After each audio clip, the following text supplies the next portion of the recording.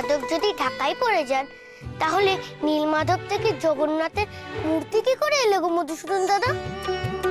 আমার তো মাথায় কিছুই ঢুকছে না। সবটা শোনো, ঠিক বুঝতে পারবে। নীলমাধব গুহায় ঢাকা পড়লে কি হবে? তাকে তো একদিন না একদিন ঠিক জগন্নাথ রূপে প্রকাশিত হতেই হবে। ভক্ত যেমন ভগবানকে পাওয়ার জন্য যুগ যুগ ধরে সাধনা করে, তেমনি ভগবানও যে অপেক্ষা করে থাকেন তার প্রকৃত ভক্তকে পাওয়ার জন্য। তবেই তো বহু বাধা বহু বিপত্তি পেরিয়ে মিলন হয় ভক্তের সাথে ভগবান।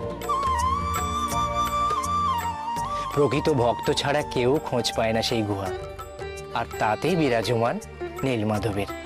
কে এমন প্রকৃত ভক্ত মধুসূদন দাদা? বিশ্বা বসু। জঙ্গলের মধ্যে এক গ্রাম ছিল, আর তাতে বাস করতেন ব্যাধেরা। সেই গ্রামে ব্যাধেদের রাজা ছিলেন বিশ্বা বসু। বিশ্বা বসু হলেন শ্রী ভগবানের পরম ভক্ত।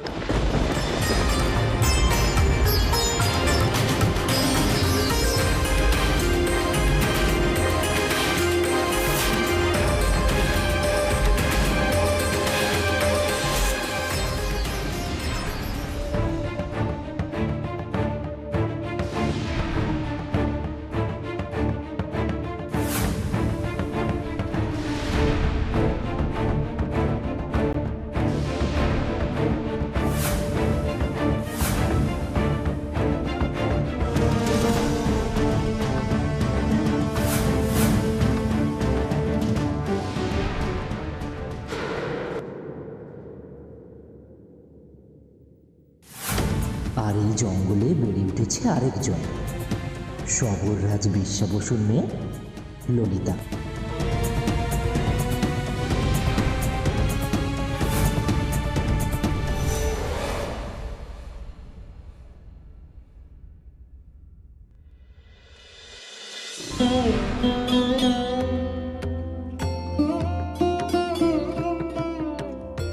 কি খুঁজছো সর্দার?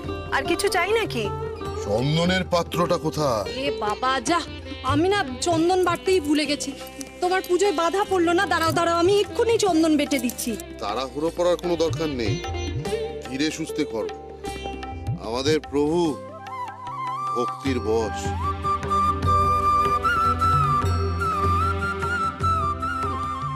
তুমি প্রভুকে কি কি দিয়ে পুজো করছো সেটা উনি দেখেন। উনি দেখেন তোমার অন্তরে ভক্তি আছে কিনা।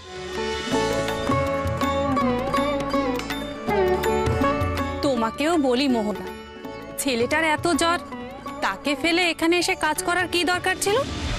আমরাই না হয় হাতে হাতে কাজটা করে দিতাম। ললিতার কথা কি আর আমি ফেলতে পারি? গভীর জঙ্গলে যাওয়ার আগে পই পই করে বলে গেছে আমি যেন ওর বাপের পুজোর জোগাড় করে দিই, তাই তো আসতেই হলো। অবশ্য ললিতা জঙ্গলে যাওয়ার আগে জানতো না আমার ছেলেটার যে জ্বর। তাই বলো, ও যদি আগে জানতো তাহলে নিশ্চয়ই ছেলেকে ফিরে তোমাকে এখানে কাজ করার কথা কিছুতেই বলতো না। যা দয়া শরীর মেয়ের।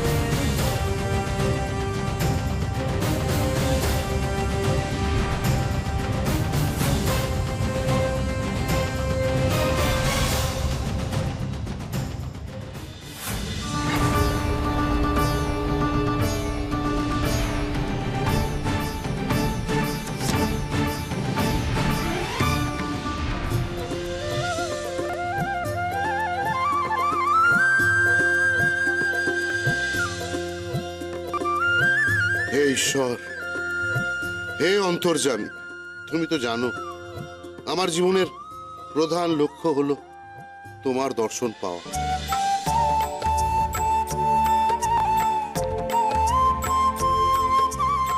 আমি জানি আমাকে হিংসা ত্যাগ করতে হবে, এও জানি প্রাণী হত্যা করা মহাপাপ। কিন্তু প্রভু, আমি যে সবর, বংশ পরম্পরায় শিকার করাই যে আমাদের পেশা। বাঁচার জন্য যে আমাদের শিকার করতেই হয়, অকারণে জীব হত্যা করি না। তবুও মন চায় না প্রভু। প্রভু প্রভু প্রভু আমাকে পথ দেখাও, তুমি আমাকে পথ দেখাও।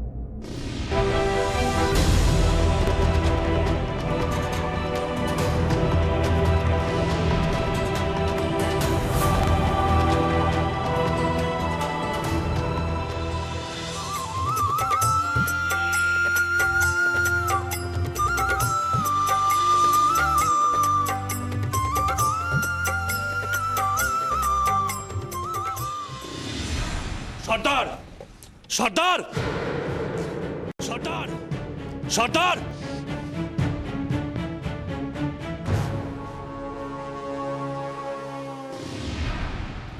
কি হলো ভল্ল, ডাকছিস কেন?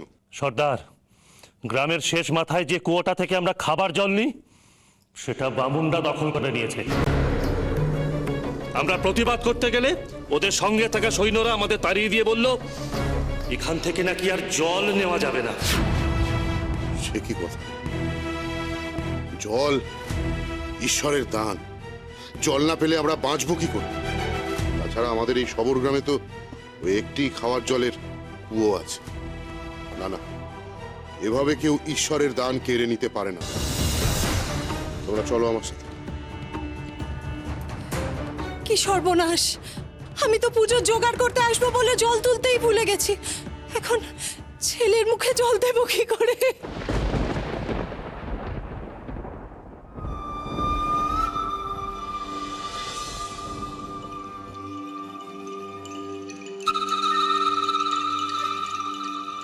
প্রণাম ঠাকুর। হট হট হট, না হলে তোদের ছায়া মারাতে হবে। শোনো বীরসা বসু, কোন রকম অশান্তি করার চেষ্টা করবে না। ভালো চাস তো এখান থেকে চলে যা, না হলে এই সৈন্যরা তোদের হাড় গোড় ভেঙে গুঁড়িয়ে দেবে। আমরা এখানে অশান্তি করতে আসি, এটুকুই বলতে এসেছি। এই কুয়ো প্রকৃতির দান, আপনা আপনি তৈরি হয়েছে, কেউ খুঁড়ে বানায়নি। আপনারা আমাদের এখান থেকে জল নেওয়া বন্ধ করতে পারেন। আমরা বহু কাল ধরে এই কুয়োর জল খাই। আপনারা কুয়োর জল না নিতে দিলে কি করে চলবে?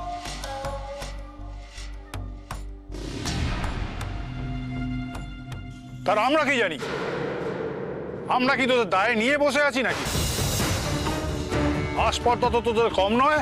শোন বিশ্বা বসু, গোটা প্রকৃতিটাই শুধুমাত্র ব্রাহ্মণ এবং ক্ষত্রিয়দের জন্য।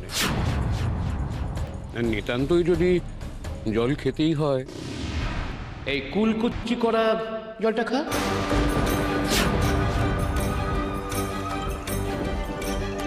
না ঠাকুর,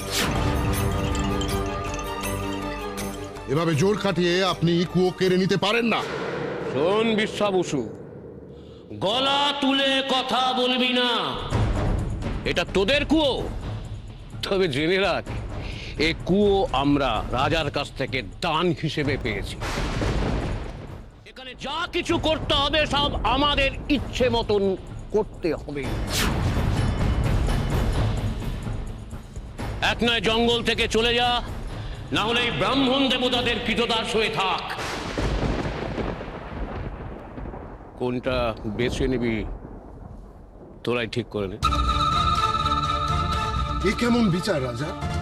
যুদ্ধের সময় এই বেধেরাই রাজার সৈন্যদল হয়ে যুদ্ধ করে দেশকে বাঁচায়, আর আজ তাদেরই উৎখাত করা হচ্ছে। এ অন্যায়, ঘোর অন্যায়। তোদের মতন শবরদের কাছে রাজার ন্যায় অন্যায় শিখবে? রাজাকে নালিশ করলে শুলে দেবে জানিস? জানি, খুব জানি। যুগ যুগ ধরে আমরা জঙ্গলে বাস করছি, আর তোমরা দিনের পর দিন চাষ করার নামে জঙ্গল কেটে ফেলছো। বনের পশু পাখির কথা তো বাদই, আমাদের কথাও ভাবো। আমরা কিচ্ছু বলিনি, কিন্তু আজ জল বন্ধ করলে আমরা তা মেনে নেব না। মন ঠাকুর, একবার ভেবে দেখুন, জল না পেলে আমরা তো তেষ্টায় মরে যাব। আমাদের মহিলারা, বাচ্চারা জল না পেলে বাঁচবে কি করে? আমি ওদের রাজা হয়ে ওদের কষ্ট আমি কিভাবে মেনে নিই? দয়া করুন, দয়া করুন। আপনারা বামন দেবতা, এভাবে আমাদের কষ্ট দেবেন না। শোন বিশ্বা বসু, এ কুয়ো আমরা মন্ত্র বলে শুদ্ধ করেছি।